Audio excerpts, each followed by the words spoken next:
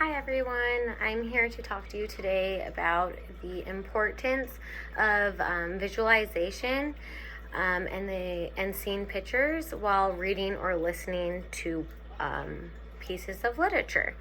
So with that being said, I guess my own personal piece is that I truly value my ability to visualize my personal perception of a story while I'm reading it. So often do I find that a novel that I've read that is then made into a motion picture is not necessarily how I depicted it. But what's so ironic is that's okay, right? We all view it in different ways. And that's also what's so beautiful about it. About literature itself is that we don't necessarily all view it our same ways, and what you might think is different than what I might think, and so we all get our own interpretation of something.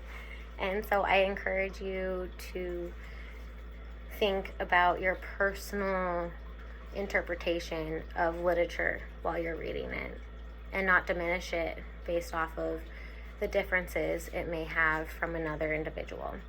So from there, I urge you to answer this question for me. How many of you think about what you see while you're reading? I'm going to let you think about that for about a minute, and then I would like a few of you to come back to me and tell me what you think. So yeah, we'll just pause there.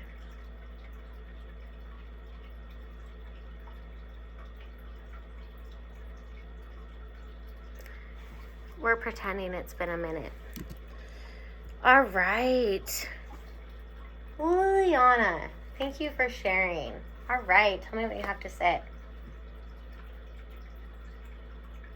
Yeah?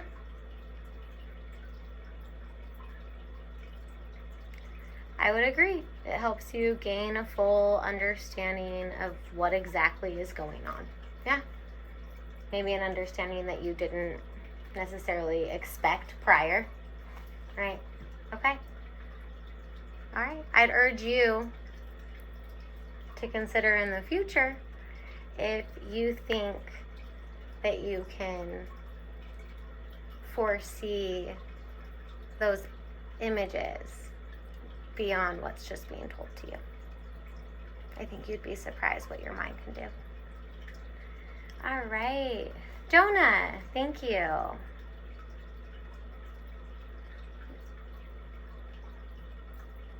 Fair. All right. Thank you, sir. All right. I appreciate your feedback.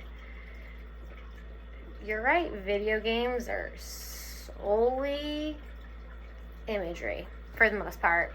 There are some that are narratives. I know that. Don't count me completely out of it. But yeah, so that's an interesting concept of how do we still emotionally relate to something that is purely imagery lacking a narrative, or does imagery create a narrative? And I think that that is everything that I'm trying to get at today. So I would argue there's no right question to that answer, or no right answer to that question. Pardon me. Wow, look at me messing up my words today. Excuse me. But from there, I would like to read this short story to you. And I am really hopeful that you students will be able to come up with some imagery on your own of what this story was portraying to you. No, it's not modern, but I think that's good for you guys. So let's do it. All right. And I might stumble my words because, I'm nervous, but it's fine. So thanks for being here. All right. What I'm reading to you is called All the Places to Love by Patricia McLaughlin. All right? Take some notes because I'm going to ask you to draw some things at the end. So I expect you to be ready because I don't want to waste any time. Okay, thank you. All right. On the day I was born, my grandmother wrapped me in a blanket made from the wool of her sheep. She held me in the open window so that what I heard first was the wind. What I saw first were all the places to love. The valley, the river falling down over rocks, the hilltop where the blueberries grew. My grandfather was painting the barn, and when he saw me, he cried. He carved my name, Eli, on a rafter beside his name, and grandmother's name, and the names of my papa and mama. Mama carried me over her shoulder before I could walk, through the meadows and the hayfields. The cows watched us and the sheep scattered. The dogs ran ahead, looking back with sly smiles. When the grass was high, only their tails showed.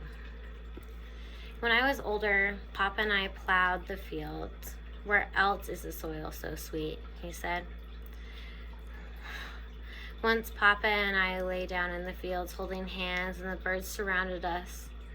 Raccoons, black grackles, redwings, crows, and in the dirt that swaggered like pirates. When we left, Papa put a handful of dirt in his pocket. I did too. My grandmother loved the river best of all the places to love.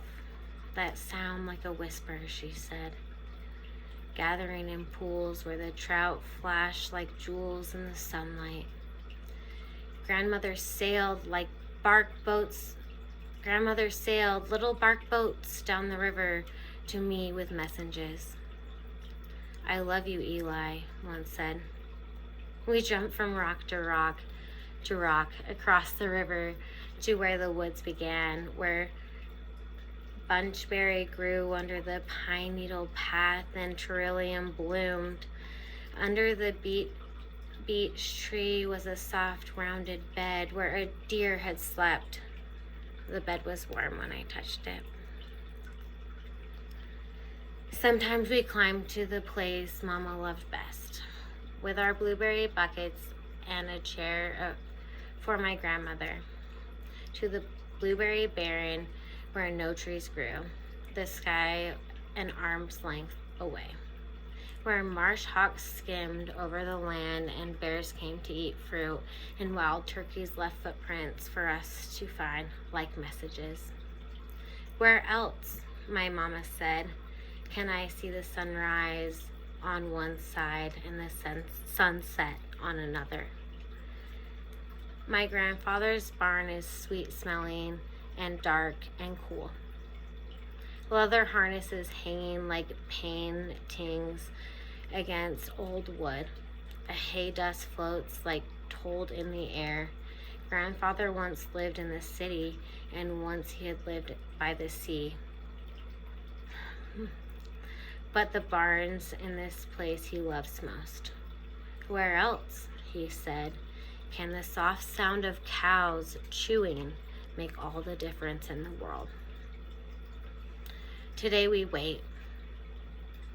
Him sitting on a wooden slate chair and me on the hay, until, much later, my grandmother holds up a small bundle in the open window, wrapped in a blanket from the wool of her sheep, and my grandfather cries.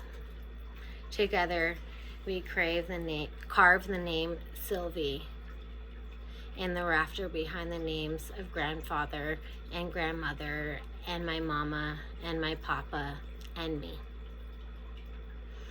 My sister was born. Someday I might live in the city. Someday I might live by the sea. But soon I will carry Sylvie on my shoulder through the fields. I will send her message down river in small boats, and I will watch her at the top of the hill, trying to touch the sky. I will show her my favorite place, the marsh, where ducklings follow their mother like tiny tumbles of leaves.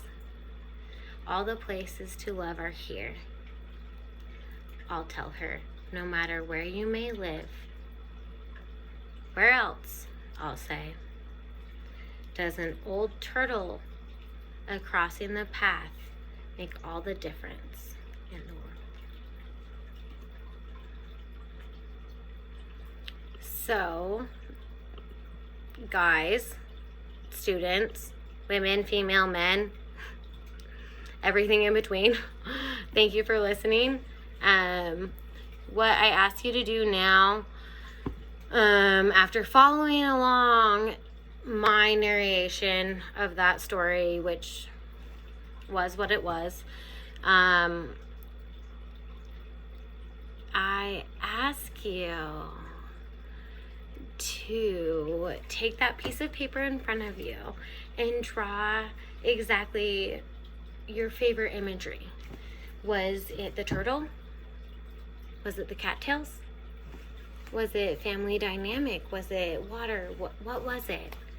And what stuck with you the most? And like I said, I told you to maybe take some notes. So look at those.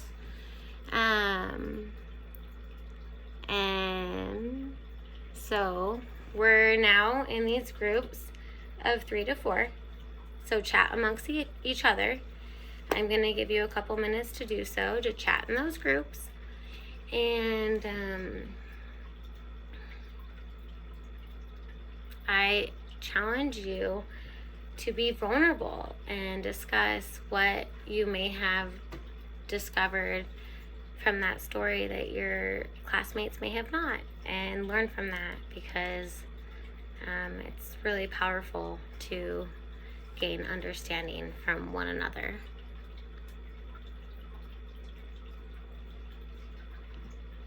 Time goes by.